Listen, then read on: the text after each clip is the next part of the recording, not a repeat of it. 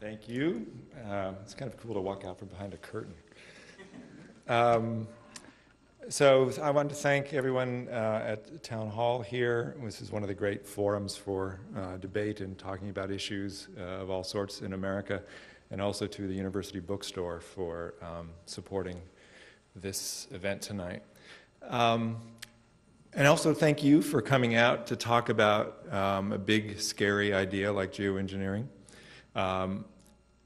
I thought that the best way to talk about this would be, because it is such a big and sort of strange idea, is to talk about it in a personal way, to tell you about why I wrote this book and how I came to this idea.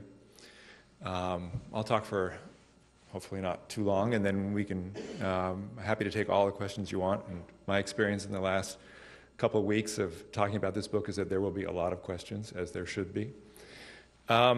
So let me start by telling you a little bit about myself and how I got here. And I think the most important thing to start with is my feeling that the most important job that we face in America right now, the most important task politically, is cutting carbon dioxide emissions. That global warming is the biggest challenge civilization has ever faced, and the only way to solve this and to fix this is to cut emissions. There's no question in my mind about that. I wrote a book about the coal industry, very critical. I'm very well aware of the urgency of cutting emissions, and that is the solution to our climate problems. However, I also grew up in Silicon Valley. I don't have to explain to anyone here where Silicon Valley is, as I do sometimes to other people, but Silicon Valley, for me, is a place where they kind of put technological optimism in the drinking water the way they do fluoride in other places. And I grew up in the apricot orchards there and had a very strong sense, even though I didn't really know it at the time, that technology can solve complicated problems, complicated social problems, complicated economic problems. And I remember when I was about 18, my mom went to she went out and got her first job, and this was at the time when the PC revolution was just beginning, and I remember seeing my first Ferrari. That's how I knew that something was changing in the valley. And my mom came back and said, "Oh, I got a job at a little company with a funny rainbow-colored logo." I'm like, "Cool, Mom, where'd you get a job?" And she had never worked anywhere before in her life. And she was in her 30s, and she said, got a funny name called Apple." And I was like, "Oh, great, there's a computer company called Apple? You're kidding. How silly." But within a year or so, I was working at Apple. And it was in the early days when Steve Jobs was barefoot and Woz still had his house in the mountains where we played video games all the time.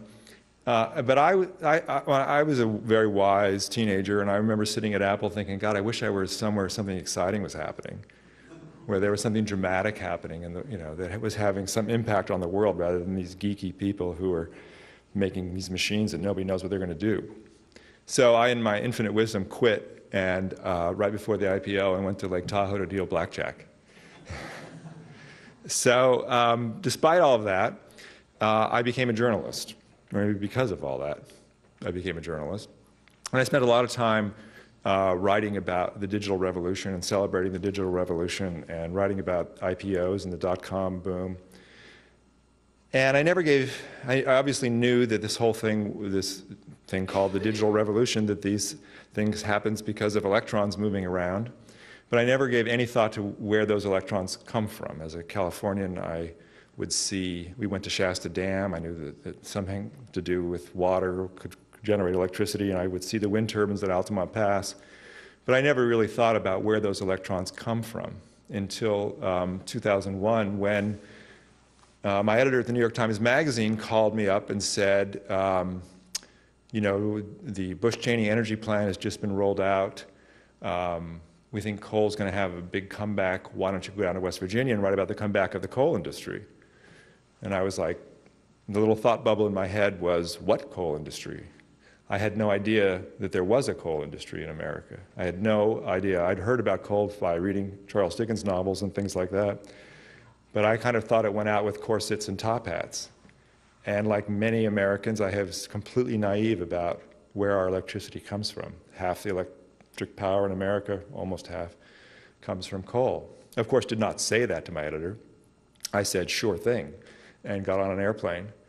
But I flew down to Charleston, and I spent a couple of weeks traveling around, and I remember very clearly the first time I drove outside of Charleston and I saw what I now recognize as the boom of a drag line, this big, basically kind of shovel that moves earth around these mountaintop removal mines, and I saw it swinging above a hill. And I stopped my car and climbed up and looked down into my first mountaintop removal mine. And that was kind of an eye-opening experience for me because it was, I'm not naive. I drove dump trucks when I was a kid, and my father worked in the construction industry. I'm not naive about heavy equipment and things, but the scale and scope of the mining that's going on in Appalachia blew my mind, as well as this sort of economic decline that I saw there around this supposed rock of prosperity of coal. And looking into that coal mine was sort of my look into the underbelly, the sort of industrial underbelly of American life. And I suddenly understood that these wonderful electrons that I was so happy to celebrate, this digital revolution that was so cool, had consequences. That these electrons came from somewhere, and that when we burn this, when we generate electricity, it has things go on behind the light switch. And so I wrote a cover story for the New York Times Magazine about this, about the coal industry, about the comeback of coal. And that was just the tip of the iceberg for me. And I realized there was a much bigger story to tell here. So I spent 4 years writing and reporting this story about coal and the whole life cycle of coal. I went to China a number of times and visited a lot of coal mines. But the thing that I came away with from that book was pretty sobering, which was that we're not going to stop burning coal anytime soon. And the more time I spent with climate scientists, as I did for that book and the reporting of it, I went out, for example, in the North Atlantic for a month with some paleoclimatologists who were studying the mud on the bottom of the sea to reconstruct past climates, and found out the best kind of reporting to do with climate scientists is to sit on the fantail of a boat in the middle of the Atlantic and drink a lot of bourbon, and you learn a lot about how climate science really works. So I came away from that with a very sobering view of where we were going, which was that the risks of global warming were much greater than I and most people really understood, and that the possibility of cutting emissions was far less likely, I thought, than a lot of the cheerleaders and, frankly, my friends in Silicon Valley, who were a lot of them getting into clean tech and things like that, which I was all for, and still am, of course, all for. That was not going to happen as quickly as it needed to happen in order to avert or reduce the risks of real serious changes to our climate, to our planet. So I thought, well, what are we going to do?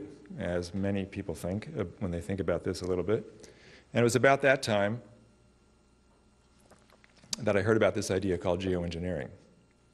And it was percolating up around then in 2006 because of a paper that was published by an atmospheric chemist named Paul Crutzen, who's a Nobel Prize laureate. He published a very controversial paper that basically suggested that that we could, if needed, we could cool off the planet a little bit by putting sulfur particles high in the stratosphere that act as little mirrors, reflecting away sunlight, and that could reduce the temperature of the planet. And it was a kind of last-ditch idea about what we might do in some kind of an emergency, the climate emergency. It was a very controversial paper for many reasons, but it sort of injected this idea of geoengineering into the sort of mainstream science discussion, or at least it percolated around on email lists and things. And so I started poking around with it also, and it was a very intriguing idea to me partly because of my background with Silicon Valley and things like that, partly because of my thinking about what we will do. And I also liked it because it brought up a lot of interesting questions about progress, what is progress, what is our relationship with nature really like? Are there forbidden areas that we shouldn't play with, that we shouldn't, inject a sort of human hand into? I could see immediately that there was a lot of interesting philosophical questions associated with this idea.